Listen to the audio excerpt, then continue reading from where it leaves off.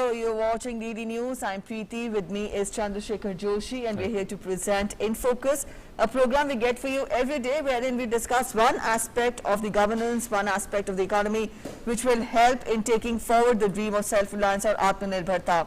Today, we are discussing how the government had announced revised guidelines for MSMEs with inclusion of retail and wholesale trades as MSMEs. Now, retail and wholesale trade were left out of the ambit of MSME, but now under these revised guidelines, retail and wholesale trade will also get the benefit of priority sector lending under RBI guidelines. With the revised guidelines, the retail and wholesale trades will now be allowed to register on Udyam registration portal as well. How important is it and what does it hold for the sector and the economy? We will be discussing that. Before that, let's also tell you that Prime Minister Narendra Modi has welcomed the landmark move of the centre to include retail and wholesale trade in the MSME ambit. In a tweet, he said, and I quote him, "Our government has taken a landmark step of including retail and wholesale trade as MSME. This will help crores of our traders get easier finance, various other benefits, and also help boost their business. We are committed to empowering our traders." तो बिल्कुल प्रधानमंत्री ने tweet किया है और साथ ही साथ आपको बता दें कि ये एक बहुत बड़ा कदम है।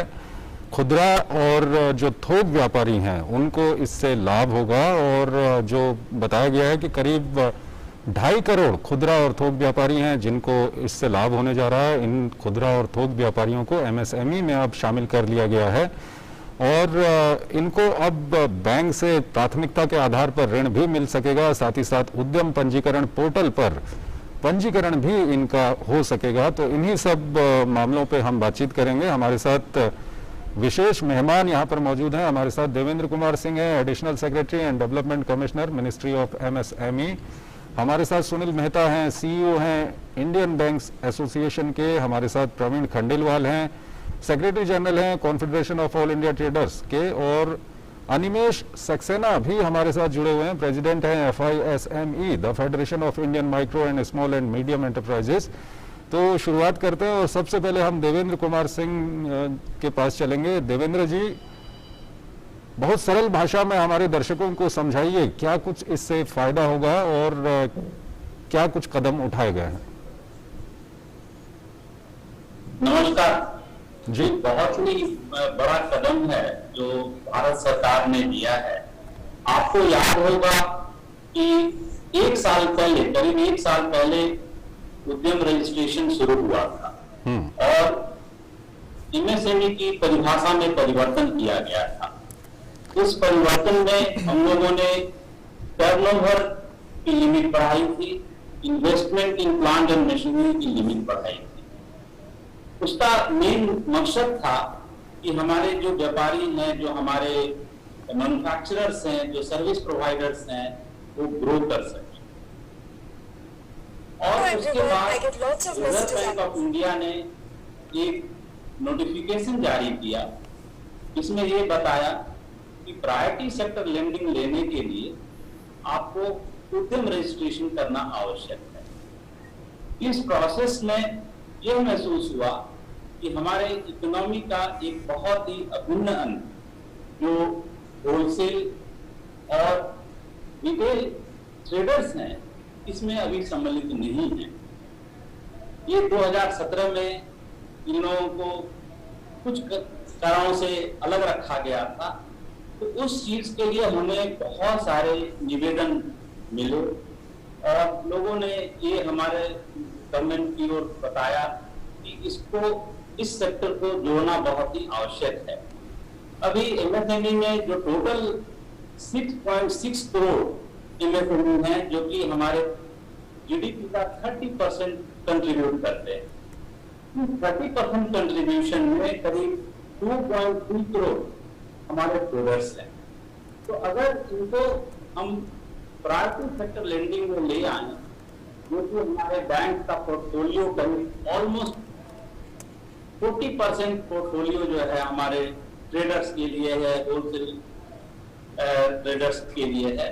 तो अगर हम इसके कॉस्ट ऑफ लेंडिंग को कम कर सके तो इसका बेनिफिट जो है society at a large, economy eight a large मिलेगा।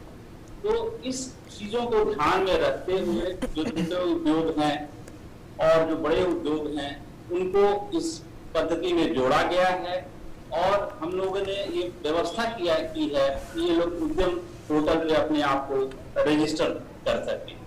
इससे फायदा ये है कि इनको प्रायोरिटी सेक्टर में लो कॉस्ट फंडिंग मिलेगी, जिससे कि हम कोविड के पीरियड में जो बहुत सारी कठिनाइयां लोगों को हो रही हैं, जो सप्लाई चेन डिसरप्ट हो गया है, उस सप्लाई चेन को रीस्टोर करने में, उसे पुनः शुरुआत करने में इससे बहुत मदद मिलेगी, जिससे लोग अपने को सरवाइव करके, अपने को रिवाइव करके अपने ग्रोथ की दिशा में पुनः इसमें आ जाएं। दूसरी बात यह है कि जब हमने डिफिनीशन में चेंजेस लाए सरकार ने 1 साल पहले, उस समय मैन्युफैक्चरिंग और सर्विसेज दोनों को इक्वल फुटिंग में लाया है, पहले नहीं था। और अब हम लोगों ने जो होलसेल ट्रेडर हैं, रिटेल डीलर हैं, इनको सर्विस का पार्ट मानते हुए इसमें जोड़ दिया है। तो ये सर्विसेज में इनकी गिनती होगी और इनके कंट्रीब्यूशन को हम लोग डेटा कैप्चर भी कर सकेंगे अपने उद्यम रजिस्ट्रेशन पोर्टल के माध्यम से। All right, so they will be included as part of services is what you tell us, Mr. Singh. I'll take that forward to Mr. Praveen Khandelwal. He is Secretary General, Confederation of All India Traders. Sir, to begin with, explain to us how big or magnanimous is the sector of the small and wholesale traders, and to what extent will this move benefit them, and what is their contribution, what can be or rather what has been or can be in the future their contribution towards economy? There are about 8 crore traders in the country, providing employment to about 40 crore people, generating an annual turnover of 150 lakh crores of rupees, and that too without any support from the government or financial institutions. It was the wholesaler, retailer and distributors were a part of the MSME definition until 2017, when office order was issued in August 2017, removing the traders from the definition of MSME.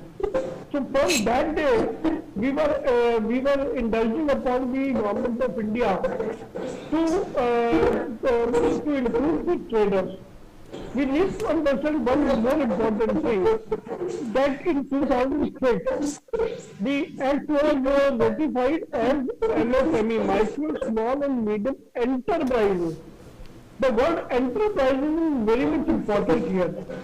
So when enterprise means when anybody is owning a self-business through his or his sources or from getting sources from other people.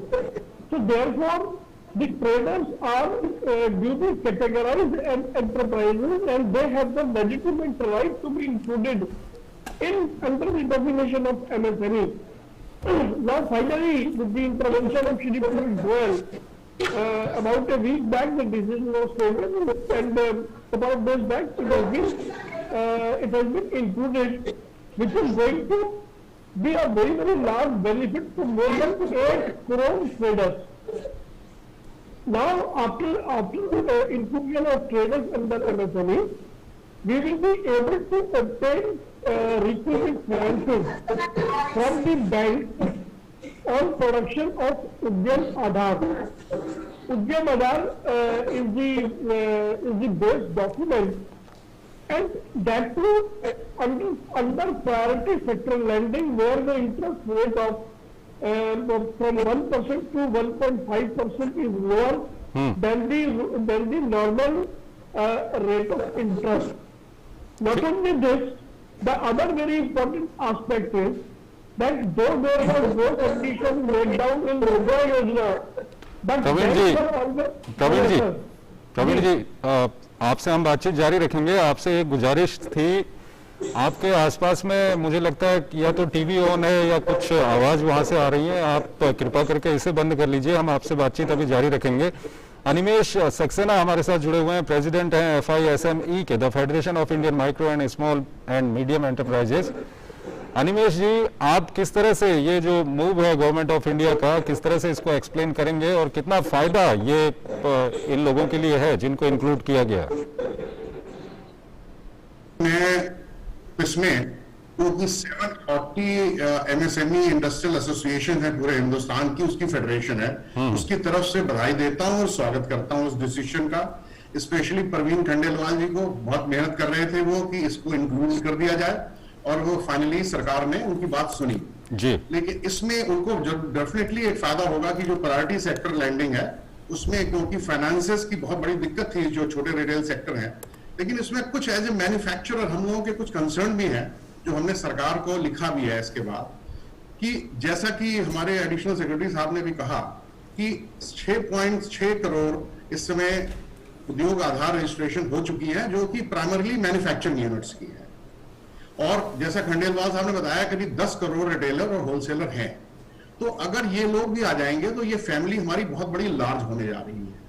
अब चूंकि दिक्कत क्या है, जो priority sector lending है, अगर आप पिछले 5 साल का डेटा देखें बैंकों का, जो रिजर्व बैंक ने भी जारी किया है, कि लैंडिंग में कमी आई है, पिछले 5 सालों में लगातार गिरावट आ रही है बैंक से। तो अगर ये साइज जो है हमारा बेनिफिशियरी का और टेकर्स का बड़ा हो जाएगा तो इसमें दिक्कत आएगी। तो इसलिए सरकार को इस पर ध्यान देना होगा कि उसमें बैंकों को प्रेशराइज किया जाए, उनको कहा जाए कि प्रायोरिटी सेक्टर का बजट जो है इनहेंस किया जाए इस संख्या को देखते हुए। नहीं तो जो मैन्युफैक्चरिंग सेक्टर है वो ऑलरेडी इस पैंडेमिक में बहुत क्राइसिस में है, उसकी लैंडिंग और ड्राई अप हो जाएगी। दूसरा कंसर्न हम लोगों का ये था कि पब्लिक प्रोक्योरमेंट में 25% रिजर्वेशन है, तो चूंकि अब अगर रिटेलर्स भी और वो लोग भी आएंगे तो उस हिस्से में भागीदारी बनेंगे उस प्रोक्योरमेंट में, तो इसलिए उसका साइज भी बढ़ाया जाए। कुछ प्रमोशनल स्कीम्स हैं जो एमएसएमई मिनिस्ट्री चलाती है इंडस्ट्रीज के लिए, उसके बजट में भी इजाफा होना चाहिए, क्योंकि इतना बड़ा अगर उसमें एक सेगमेंट और जुड़ेगा और वो लोग भी उसके क्लेमेंट होंगे, तो ये हमारे कुछ कंसर्न है सरकार के साथ जिसको हम लोगों ने लिखा है। और मैं फिर पुनः स्वागत करता हूं, ये बहुत अच्छा कदम था कि इतना बड़ा सेक्टर है जो इनफॉर्मल, काफी बड़ा इनफॉर्मल सेक्टर में भी चल रहा था, वो फॉर्मलाइज होगा, उसको प्रायोरिटी। ठीक है, आपके जो कंसर्न है जी। Yes, important concerns have been put in by you. I'll take that forward to Mr. Sunil Mehta, CEO Indian Banks Association. Sir, bringing this small-time retailers and wholesalers into the ambit of MSMEs would put pressure on the banks, is what Mr. Saxena has put forth. How are the banks preparing to take this forward? And as per the new revised guidelines, what is there in store for the banks to ensure effective implementation? I'd like to address all these concerns and in a nutshell. Retailers were a part of priority sector since the nationalization of the bank. The priority sector lending concept started with the nationalization of the bank way back in 1969. And the retail traders were essentially a part of the priority sector lending. In 2017, the government has come out with a revision in classification. And that classification has given a different status to the retail traders and the wholesale traders. And with the registration at Udyami portal requirement prescribed by RBI, they were excluded from the list of the priority sector. And the implementation timeline given was 30th of the June. The challenge which the entire banking system was facing is that banking system, relying on its priority sector classification, has lended 7 lakh crore to the retail traders and the small traders. Once they are brought out of the ambit of the priority sector lending, then it creates a challenge for them in achieving the priority sector targets. That is one thing. Another thing is, the moment you take out one particular segment out of the priority sector, it does not receive a priority funding. As very rightly said by Khandelwal ji, that its prices also goes up because once it is not a private sector, priority sector is a mandatory requirement prescribed by RBI. So if that is not met, then banks are penalized. So they even lend to the priority sector even at a lower rate of interest. So that benefit goes away. And the third important sector is availability of the other benefits. So maybe I'll subscribe to what Mr. Khandelwal says, that yes, inclusion of re-inclusion of this retail trade and the wholesale trade it was essential for the continuation of the journey, for giving them the funding and the priority, because they are a major source of economic activity. And to look at from the broader angle, even during pandemic, like agriculture sector was least affected, but that they still got support in the form of a Kisan Samman Nidhi, direct benefit transfers were happening. The MSME also got benefit in terms of emergency line of credit. The MSME, they also got benefit in terms of restructuring facilities.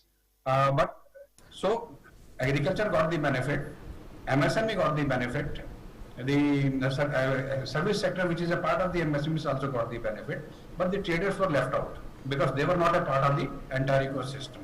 So if you see, the entire economy consists of agriculture, also agriculture, manufacturing, services, and trade. So trade was the one segment which was not there.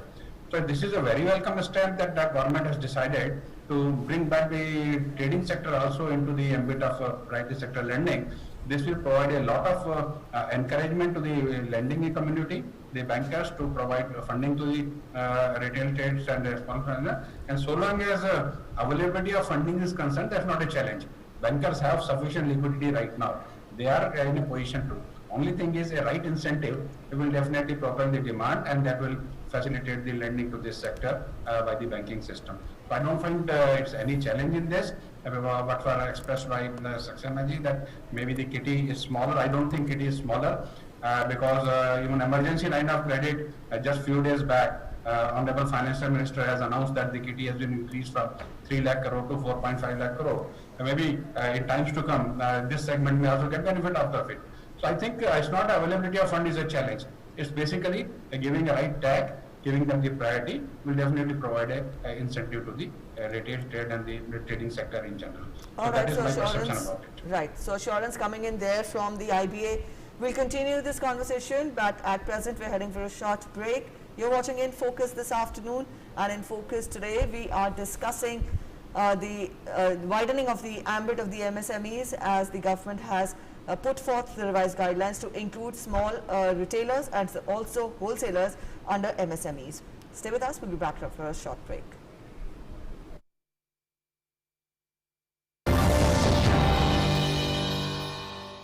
हर जोखिम से निकल कर फसल आए, सुरक्षित हो जाए।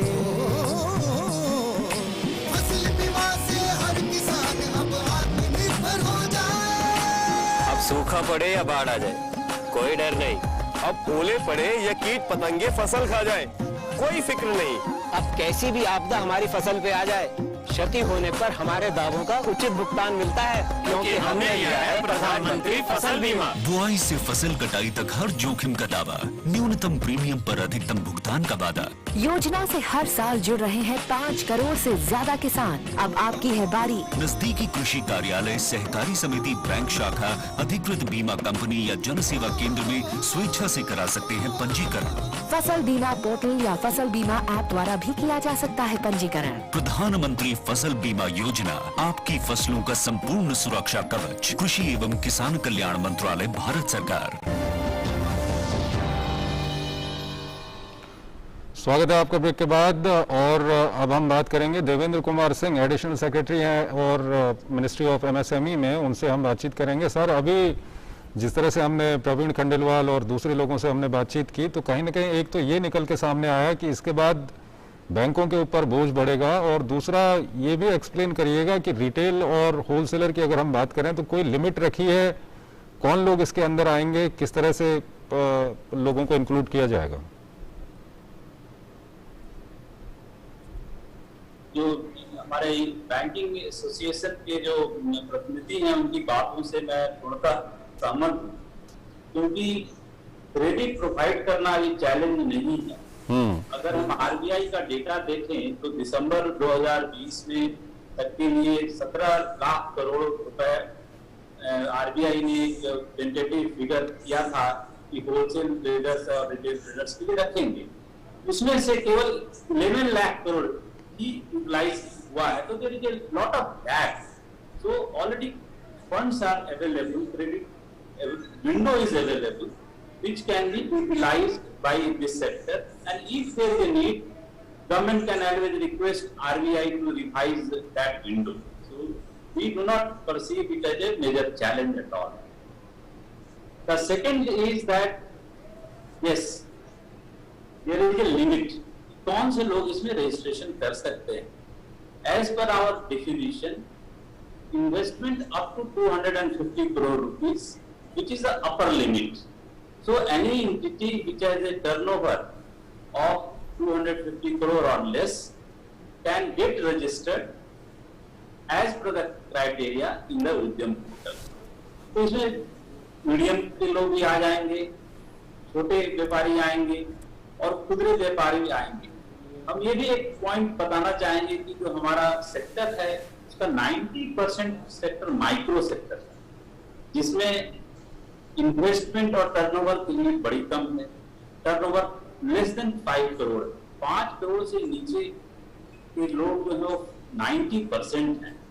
सबसे ज्यादा बेनिफिशियरीज जो इस वाइडनिंग ऑफ द डेफिनेशन हुआ है वो हमारे माइक्रो सेक्टर होंगे।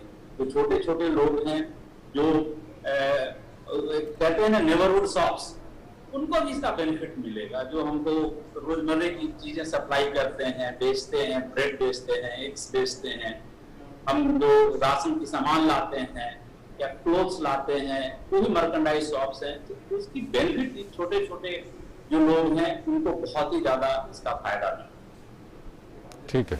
All right, Mr. Khandelwal, the prime motive of this move is to ensure that small businesses get priority lending. Apart from this, not specifically, other benefits will be extended to these small businesses, these small retailers and wholesalers which are otherwise provided by the government. So, I would want you to throw more light on what challenges are faced by such businesses apart from funding and apart from getting money to thrive and to survive, put this together. What more can be done to ensure that these businesses work for in the or rather get to survive in the longer run?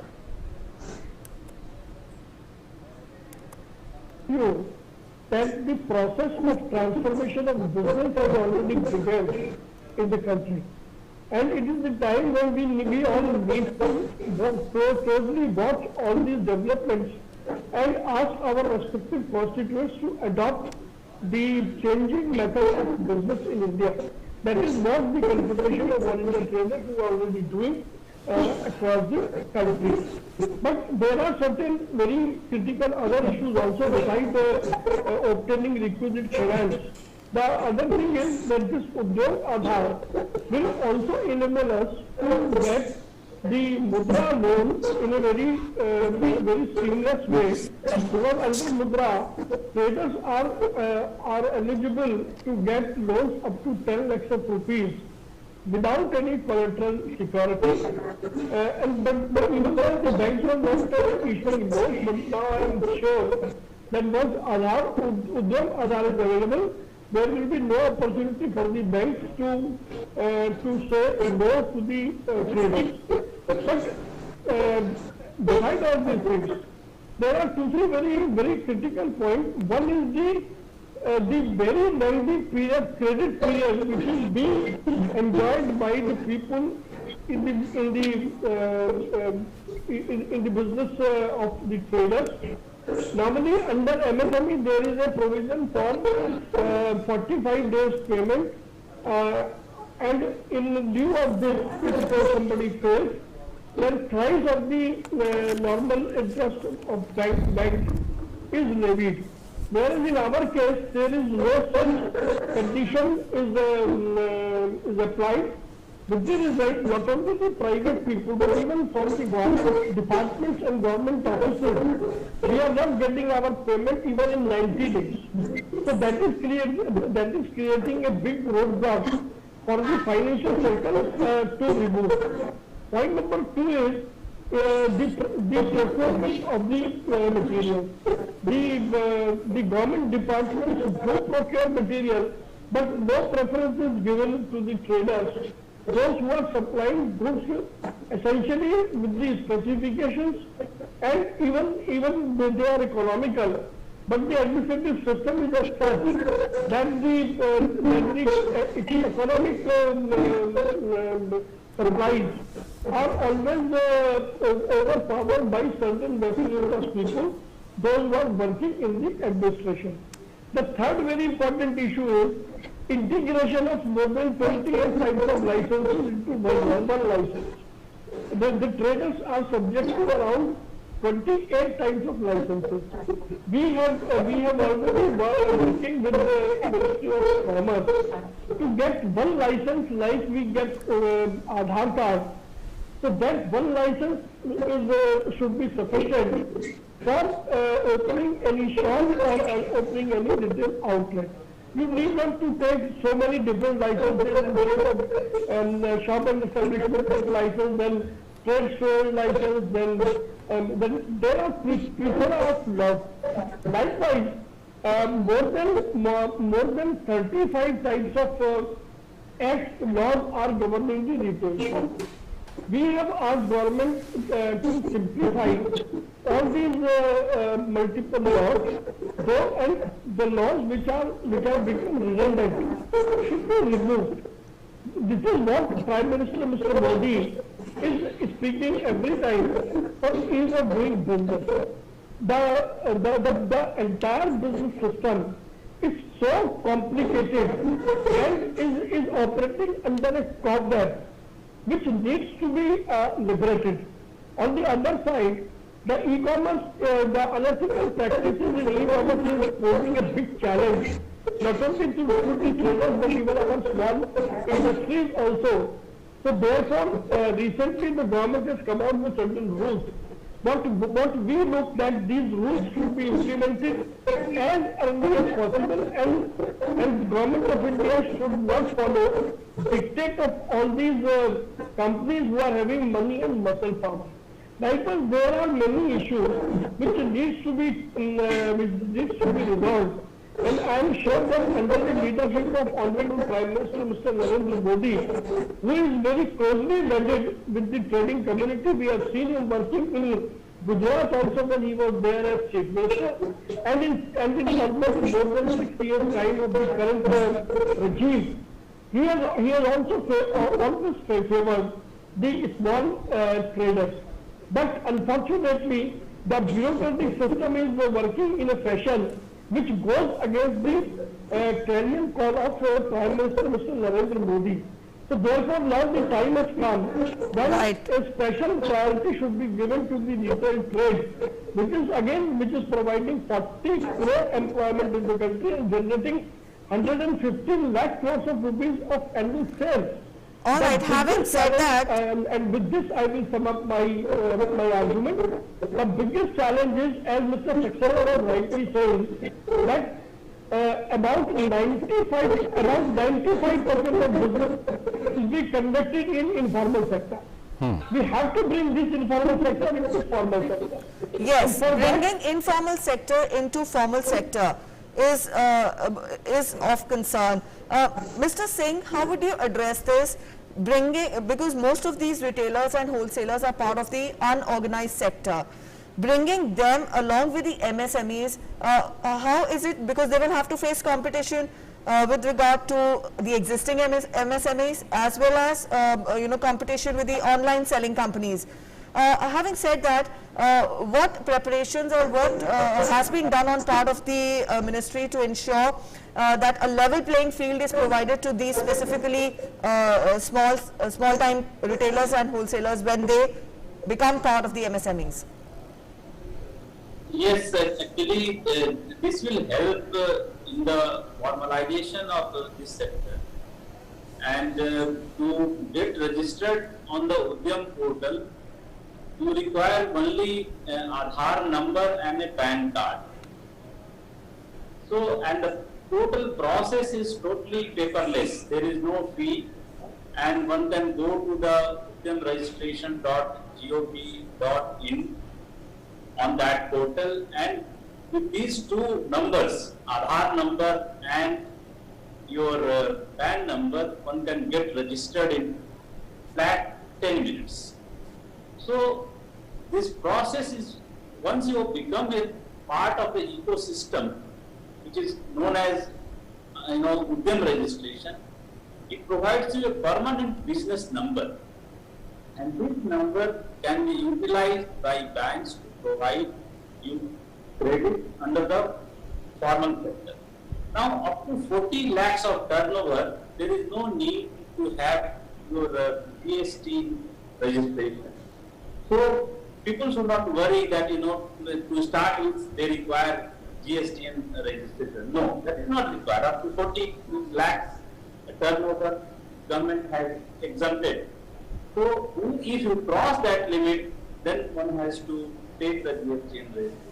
So, we expect that gradually this large number of informal segments of the economy will become formal, and it will become a very active member of our economy, and they will contribute significantly to the growth of the economy. ठीक है, एक छोटा सा break लेते हैं यहाँ पर। Break के बाद हम इस मामले पर बातचीत जारी रखेंगे।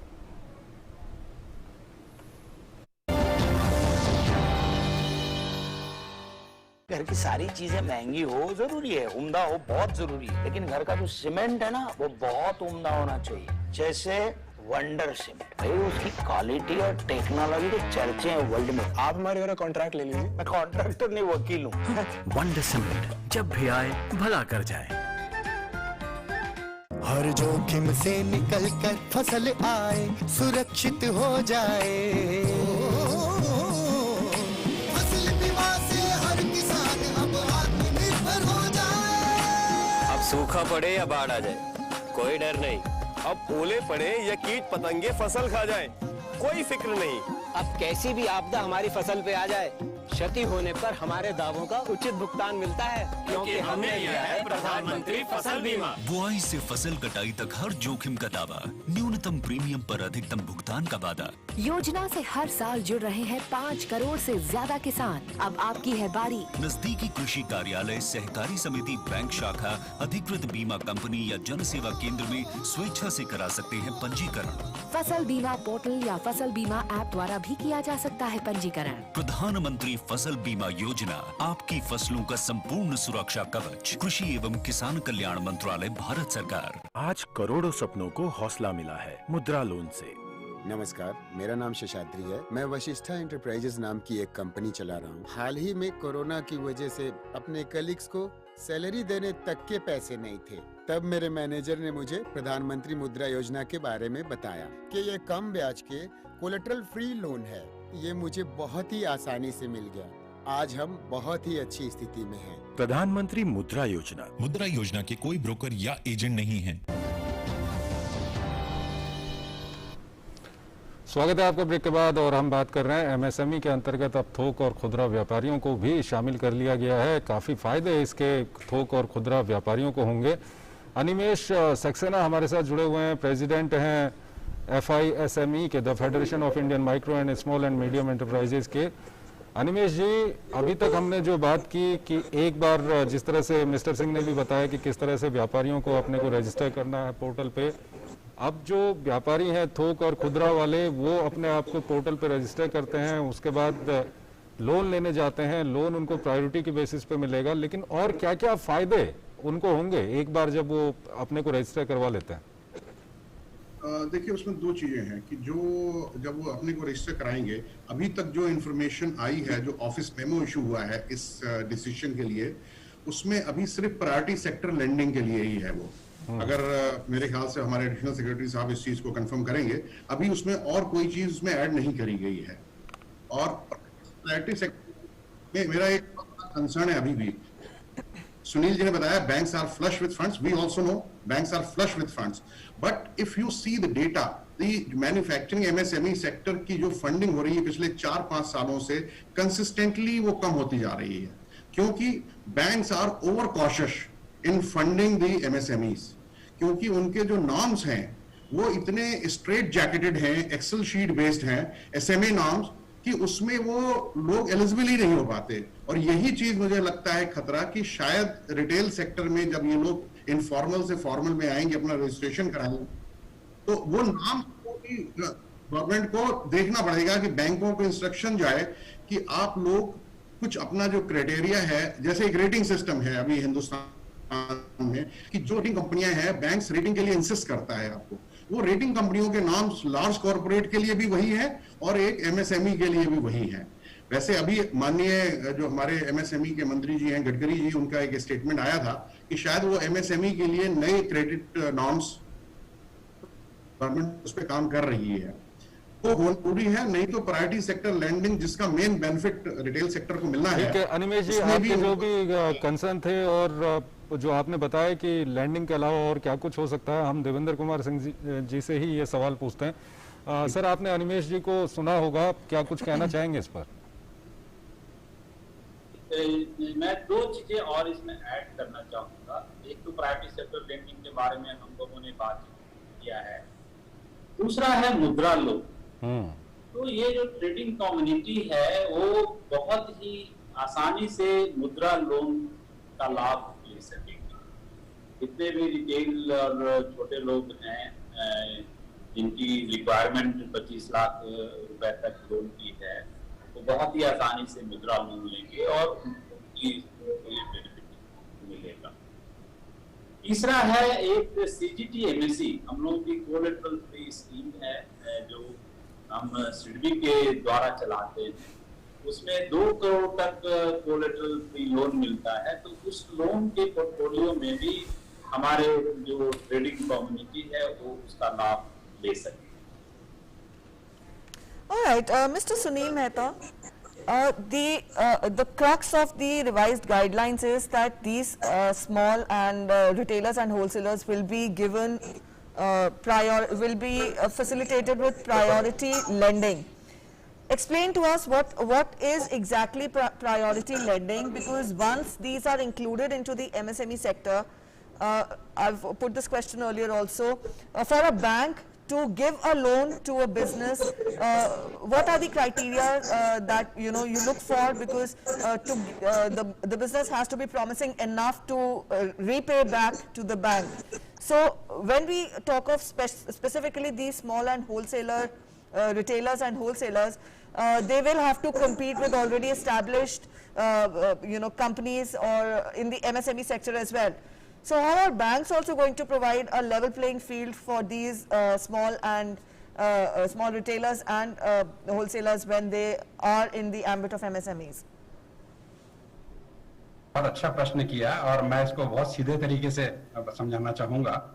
अभी जो पेंडेमिक हुआ अपना कोरोना का, आप देखेंगे, आप और हम सब ने रियलाइज किया कि जो सर्विसेज लोगों को मिल पाई because of the small and retail traders, उन्हीं के कारण से आज घर घर में लोगों को किराना, आसपास की फैसिलिटी, सर्विसेज, दूध, ये जो डे टू डे नेसेसिटी की चीजें हैं, क्योंकि ये स्मॉल रिटेलर्स हर कॉलोनी में थे, इजीली अवेलेबल थे, उनके लिए गवर्नमेंट ने रिलैक्सेशन दिया कि वो खुल सकते हैं, और उन्होंने भी पेंडेमिक के अंदर पूरे तन मन धन से सेवा करी, डरे नहीं, अपना काम किया, और इसीलिए पूरा इकोसिस्टम जो है हम लोग आसानी से इस पेंडेमिक में सर्वाइव कर पाए। तो रिटेल ट्रेडर्स की हमारे देश की इकोनॉमी में क्या इंपॉर्टेंस है, ये पेंडेमिक ने बहुत अच्छी तरह स्पष्ट बता दी। अब रही बात, इसको कैसे हम आगे बढ़ाने वाली बात है। जहां तक रिटेल ट्रेडर्स की बात है, रिटेल ट्रेडर्स हिस्टोरिकली भी प्रायोरिटी सेक्टर में थे, आज भी जो हमारे देश के टोटल मुद्रा लोन है उसका 40% जो है वो रिटेल ट्रेडर ही है, रिटेल ट्रेड को बैंकों ने दिए हुए हैं, और इनका प्रायोरिटी सेक्टर में क्लासिफिकेशन होने से उनका कंटिन्यूएशन और बैंकों का फोकस मुद्रा में रिटेल ट्रेड को करना वो दोबारा से चालू हो जाएगा। दूसरा जो सबसे बड़ी चीज है कि फॉर्मलाइजेशन, एक बहुत अच्छी बात खंडेलवाल जी ने करी कि अगर फॉर्मलाइजेशन जब हो जाएगा तो उससे क्या लाभ होगा। तो फॉर्मलाइजेशन होंगे 3-4 बहुत बड़े फायदे होंगे। जैसा सिंह साहब ने बताया कि उद्यमी मित्र पोर्टल पे वो रजिस्ट्रेशन करा सकते हैं, तो एक पहला स्टेप है वो फॉर्मलाइजेशन के डायरेक्शन में। दूसरा, जब वो जीएसटी का रजिस्ट्रेशन हो जाता है तो उनका सेल्स के रिकॉर्ड और जीएसटी का रिकॉर्ड भी बिल्डअप होना शुरू हो जाता है।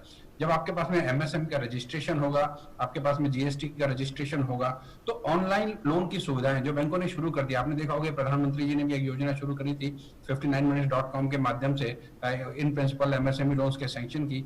इसी प्रकार विभिन्न बैंक जो हैं वो ऑनलाइन लेंडिंग के पोर्टल्स बना रहे हैं अपने, और ये प्रोसेस साथ साथ चल रहा है क्योंकि पेंडेमिक के कारण से, कोरोना के कारण से लोगों को लगा कि डिजिटल माध्यम जो है ये ज्यादा आसान है लोगों को ऐसी हालत में काम करने के लिए।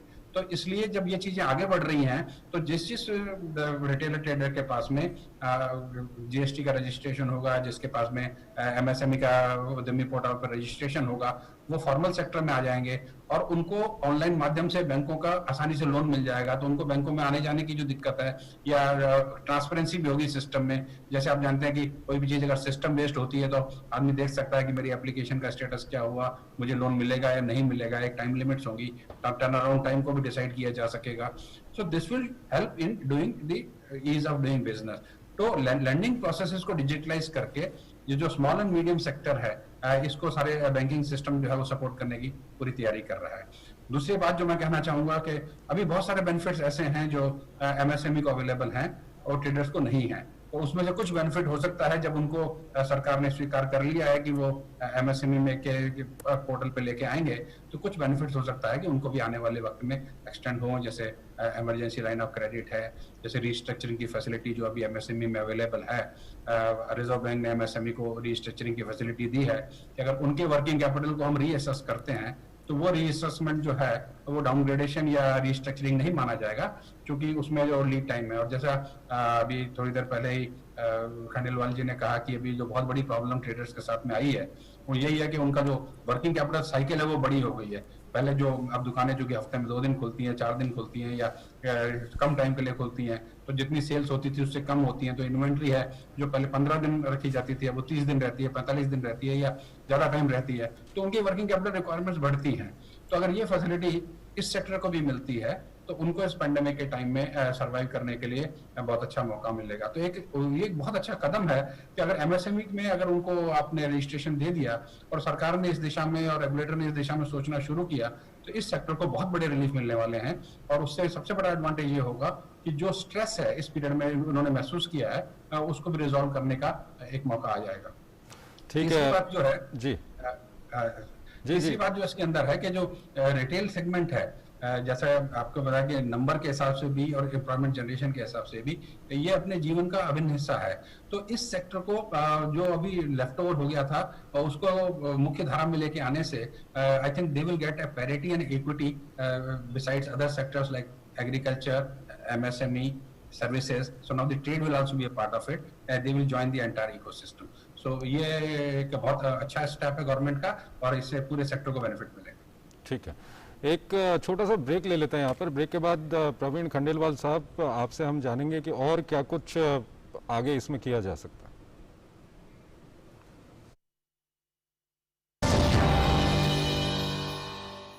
हर जोखिम से निकल कर फसल आए, सुरक्षित हो जाए। फसल बीमा से हर किसान अब आत्मनिर्भर हो जाए। अब सूखा पड़े या बाढ़ आ जाए कोई डर नहीं, अब ओले पड़े या कीट पतंगे फसल खा जाए कोई फिक्र नहीं।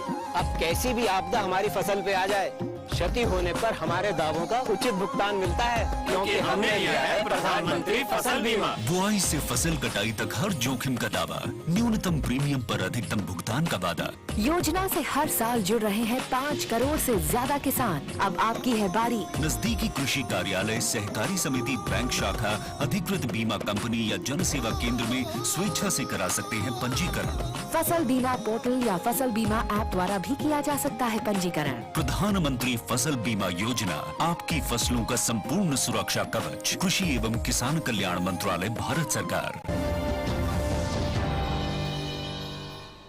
स्वागत है आपका ब्रेक के बाद। और हम बात कर रहे हैं कि किस तरह से खुदरा और थोक व्यापार को एमएसएमई में शामिल करने के बाद अब व्यापारियों को फायदा होने जा रहा है। प्रवीण खंडेलवाल हमारे साथ जुड़े हुए हैं। प्रवीण जी, ये बताइए कि अब जब व्यापारी रजिस्टर करवा लेंगे अपने को, वो ऋण ले सकेंगे, और आने वाले समय में क्या कुछ आप एक्सपेक्ट कर रहे हैं, क्योंकि सरकार की ओर से एक बहुत बड़ा कदम उठाया गया है जिसका करोड़ों व्यापारियों को फायदा मिलेगा, और क्या कुछ चाहते हैं कि क्या कुछ इसमें और होना चाहिए? जोशी जी, सबसे पहले तो मैं धन्यवाद करना चाहूंगा मेहता जी का, जिन्होंने व्यापारियों के लिए बहुत अच्छे शब्दों का प्रयोग किया और वास्तव में वस्तु स्थिति बताई कि किस तरीके से कोरोना में देश के व्यापारियों ने खतरे को भांपते हुए भी और अपने कर्तव्यों का पूरी तरीके से पालन किया। जैसा मैंने आपको पहले भी शुरू में कहा था कि ये जो दौर है ये ट्रांसफॉर्मेशन पीरियड मानते हैं हम लोग। हमें बिजनेस के एक मॉडल से निकल करके हम बिजनेस के दूसरे मॉडल में जा रहे हैं, जिसको हम फिजिकल मॉडल कहते हैं, जिसमें फिजिकल भी है और डिजिटल भी है, उन दोनों का मिला जुला रूप है फिजिकल मॉडल। तो फिजिकल मॉडल की जो आवश्यकताएं हैं उसके अनुरूप निश्चित रूप से हमारे व्यापारियों को अपने व्यापार करने के तौर तरीके में परिवर्तन लाना होगा, यदि हमें सरकार से सपोर्ट पॉलिसीज को सही तरीके से इम्प्लीमेंट कराना है। बिल्कुल। जैसे मैं आपको बता रहा था कि आज भी क्योंकि व्यापारियों को बैंकों से लोन नहीं मिल पाता बेसल 2 और बेसल 3 नॉर्म्स के कारण से, तो देश में 95% व्यापारी आज भी अपनी फाइनेंशियल रिक्वायरमेंट के लिए प्राइवेट मनी लेंडर पर या रिश्तेदारों पर निर्भर होते हैं। वो इनफॉर्मल तरीके से पैसा आता है, इनफॉर्मल तरीके से चला जाता है। हमारा ये मानना है कि हमें व्यापारी को यदि हमने फाइनेंस के साथ में जोड़ दिया तो हम बहुत बड़े इनफॉर्मल पार्ट को फॉर्मल सेक्टर में ले आएंगे। उससे न केवल डबल डिजिट की जीडीपी होगी, बल्कि प्रधानमंत्री मोदी का जो 5 ट्रिलियन इकोनॉमी का सपना है वो भी पूरा होगा 2024 तक। दो बातें और जो बहुत महत्वपूर्ण है कि देश का रिटेल ट्रेड एकमात्र ऐसा अर्थव्यवस्था का हिस्सा है जिसके लिए ना तो कोई मिनिस्ट्री है और ना उसके लिए कोई पॉलिसी है। मिनिस्ट्री के लिए हमारी मांग पर प्रधानमंत्री मोदी ने कॉमर्स मंत्रालय के अंतर्गत डीपीआईटी डिपार्टमेंट का गठन कर दिया। तो देश का सारा व्यापार अब डीपीआईटी रेगुलेट कर रहा है, हम उनके साथ मिलकर के काम कर रहे हैं। लेकिन उसकी दूसरी तरफ एक रिटेल पॉलिसी का आना बहुत आवश्यक है और हम रिटेल पॉलिसी पर भी सरकार के साथ मिलकर के काम कर रहे हैं। और बहुत जल्द हमें जब रिटेल पॉलिसी मिल जाएगी तो देश में स्ट्रक्चर्ड व्यापार कैसे होगा ये बात पॉलिसी सुनिश्चित करेगी। दूसरा, जो ई कॉमर्स जो जिस तेजी के साथ में बढ़ रहा है, ई कॉमर्स का हम स्वागत करते हैं, लेकिन ई कॉमर्स में जिस प्रकार से जो बड़ी कंपनियां मेल प्रैक्टिसेस कर रही है, हम उसका विरोध कर रहे हैं। हमारा विरोध किसी कंपनी का नहीं है। ई कॉमर्स को तो हम चाहते हैं कि देश के 8 करोड़ व्यापारी ई कॉमर्स का लाभ लें। अभी 2 दिन पहले वाणिज्य मंत्री श्री पीयूष गोयल ने इस बात को स्पष्ट कर दिया कि बहुत जल्द वो ई कॉमर्स पॉलिसी भी लेकर के आ रहे हैं। तो मुझे लगता है कि ई कॉमर्स पॉलिसी आ जाएगी, रिटेल पॉलिसी आ जाएगी। हमारे अब ये जो उद्यम आधार मिल गया है, हमारा ये कहना है कि उद्यम आधार खाली पीएसएल तक सीमित ना रहे। उद्यम आधार के एमएसएमई के दर्जे में जो और बेनिफिट सभी को मिलते हैं वो हमको भी मिले। अनिमेश जी की चिंता से मैं पूर्ण रूप से सहमत हूँ कि निश्चित रूप से जो हमारा स्मॉल मैन्युफैक्चरिंग सेक्टर है वो खास तौर पर देश के व्यापारियों के लिए बहुत महत्वपूर्ण है, क्योंकि उन्हीं का माल ज्यादातर हम लोग बेचते हैं। तो उस सेक्टर को ऋण लेने में कठिनाई ना हो। और बाकी जगह भी मेहता जी बता रहे थे कि बैंकों के पास में फंड बहुत है, तो कहीं ना कहीं हमें डिमांड और सप्लाई के इक्विलिब्रियम को बनाए रखना होगा। जो हमारे एग्जिस्टिंग मैन्युफैक्चरर्स हैं उनको हमारे कारण से कोई उनका अहित ना हो और हमको भी उन सारी पॉलिसीज का लाभ मिल जाए। इस पर स्टडी करके और इसके लिए व्यापक बंदोबस्त सरकार को करने होंगे। अगर उसमें कहीं फंड को बढ़ाने की आवश्यकता है तो सरकार उस फंड को बढ़ाए, क्योंकि अल्टीमेटली जितना सरकार बढ़ाएगी वो सारा पैसा घूम करके अर्थव्यवस्था में आएगा। क्योंकि इस समय एक सवाल यहाँ पर जानना चाहेंगे, क्योंकि अब जो सरकार की ओर से एक कदम उठाया गया है इसमें कई सारे लोग, अगर जो सरकार की ओर से बताया गया है उनके अनुसार करीब 2.5 करोड़ लोग इसके अंदर में आएंगे। अब अगर आपकी बात कर लें, आप व्यापारियों की जो सबसे बड़ा यूनियन है उसको आप लीड करते हैं, लेकिन अभी भी कई ऐसे व्यापारी होंगे जो आपकी यूनियन में नहीं होंगे, कई ऐसे थोक और खुदरा के व्यापारी होंगे जिनको इस योजना के बारे में पता नहीं होगा। तो ये कैसे किया जा सकता है कि वो भी थोड़ा सा जागरूक हो और गवर्नमेंट ने जो मूव लिया है, जो कदम उठाया है, उसका फायदा उठा सके? उसके लिए हमने क्या किया है कि मंगलवार से हम दिल्ली में अपने कैट के मुख्यालय में एक एमएसएमई हेल्प सेंटर शुरू कर रहे हैं। हमने पूरे देश के जो प्रमुख नगर हैं, पूरे देश में लगभग 2000 से ज्यादा एमएसएमई हेल्प सेंटर हम लोग शुरू करने जा रहे हैं। लेकिन केवल हमारे करने से बात नहीं बनेगी, सरकार को एक व्यापक रूप से एक जन जागरण अभियान चलाना होगा। हम सरकार के साथ मिलकर के काम करने के लिए तैयार हैं। देश के अंतिम व्यक्ति तक जो लेह लद्दाख में काम कर रहा है, जो अंडमान निकोबार में काम कर रहा है, क्योंकि हमारी रीच है, वहां पर देश में हमारी रीच है, हम अपनी रीच का फायदा सरकार को देना चाहते हैं। सरकार एक योजना बनाए, एक कैंपेन तैयार करे, जैसा डिजिटल पेमेंट के जमाने में हुआ, जैसा जनधन के मामले में प्रधानमंत्री जी ने किया। अगर एक कैंपेन सही तरीके से बनाया जाए तो मुझे लगता है कि 6 महीने में हिंदुस्तान के हर व्यापारी को एक पता लग जाएगा कि भारत सरकार ने उसके लिए फाइनेंस की कितनी बड़ी योजना बनाई है और उसको क्यों फाइनेंस की जरूरत उन बैंकों से लेनी चाहिए। वहीं मैं मैथानी से भी निवेदन करूंगा कि वो भी बैंकों, जो उनके सदस्य बैंक है, उनको कहे कि व्यापारियों के साथ मित्र का व्यवहार करें। अभी तक जो देखने में आया कि जब भी हमारा व्यापारी कोई लोन मांगने जाता था तो उसको बहुत सारे चक्कर लगवाए जाते थे। राइट। लेकिन अब जब हमारे पास उद्यम आधार आ जाएगा तो अगर बैंक भी थोड़ा सा उसमें सहयोग करेंगे तो मैं समझता हूँ कि ये अवेयरनेस कैंपेन, बैंक का सपोर्ट, हमारे जो स्मॉल मैन्युफैक्चरर्स हैं उनकी प्रतिभागिता और व्यापारियों का योगदान और सरकार की मॉनिटरिंग, अगर इन चारों चीजों को मिला लेंगे तो हम एक नया वाइब्रेंट एटमॉस्फेयर देश में खड़ा कर सकते हैं, जिससे न केवल रिटेल व्यापार को फायदा होगा। प्रवीण जी, दरअसल running short of time. Yes, we are running short of time. Very quickly, we'll bring in Mr. Saxena here.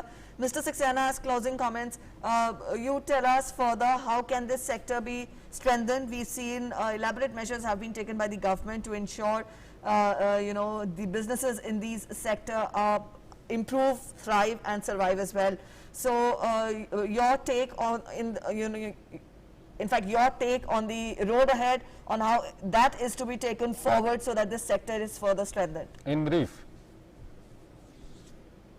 And has to carve out a collaborative approach, and all these because all these sectors are interrelated with each other, then there will be a collaborative movement, and I am sure on the basis on the fundamentals of collaborative movement, will be able to achieve new heights in economy, retail trade, small manufacturing, because the traders feel that small manufacturing is certainly creating jobs also, and they can do wonders.